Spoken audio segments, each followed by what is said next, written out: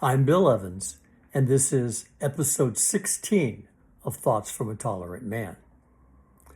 People occasionally ask me where the ideas for these episodes come from, and the truth is I don't really know.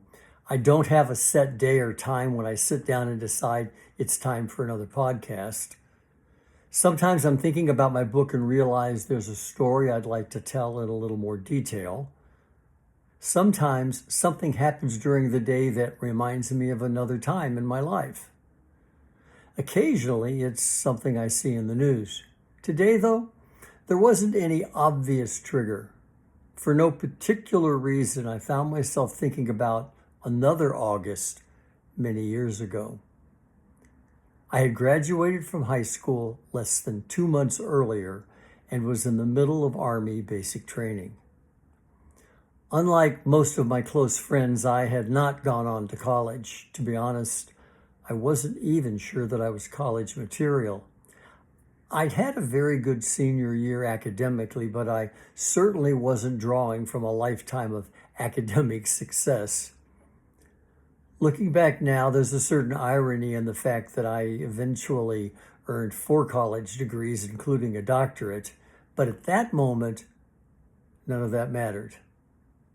All I cared about was the very large soldier moving toward me. During my first 2 weeks in the Army, the Vietnam War suddenly moved from page 10 of the newspaper to the front page, where it would remain for the next decade. When I enlisted, I never imagined I might actually see combat. The Army was supposed to be a stepping stone to whatever came next. History had other plans. From that point on, I took every part of basic training seriously. If I was ever going to die, it wasn't going to be because I failed to learn the skills the Army was trying to teach me. Fortunately, some parts came naturally. My high school in Bangor, Maine had the oldest junior ROTC program in the country. During my senior year, I commanded the Stetson Rifles drill team. That experience gave me a head start in several areas of basic training. When it came time to qualify with my rifle, I earned an expert rating. That's something I was proud of. The Army physical fitness test was demanding, but I was 18 years old, fresh off a season with the high school track team and probably in the best physical condition of my life. Hand-to-hand combat was different. You learned how to fight with a rifle and a bayonet. You learned how to defend yourself against someone carrying one. You even learned how to defend yourself when you had no weapon at all. I practiced hard. I knew there would be a final evaluation. That day finally arrived. My opponent was a soldier named Falk.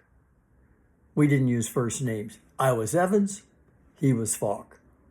I stood about 6'1" and weighed maybe 150 pounds. Falk was around 6'3" and probably 230. As he walked toward me, I settled into a defensive stance. He looked directly into my eyes. And then he winked. I had no idea what that wink meant. The exercise began. For the next several minutes, everything seemed to go perfectly. Every attack he made, I countered.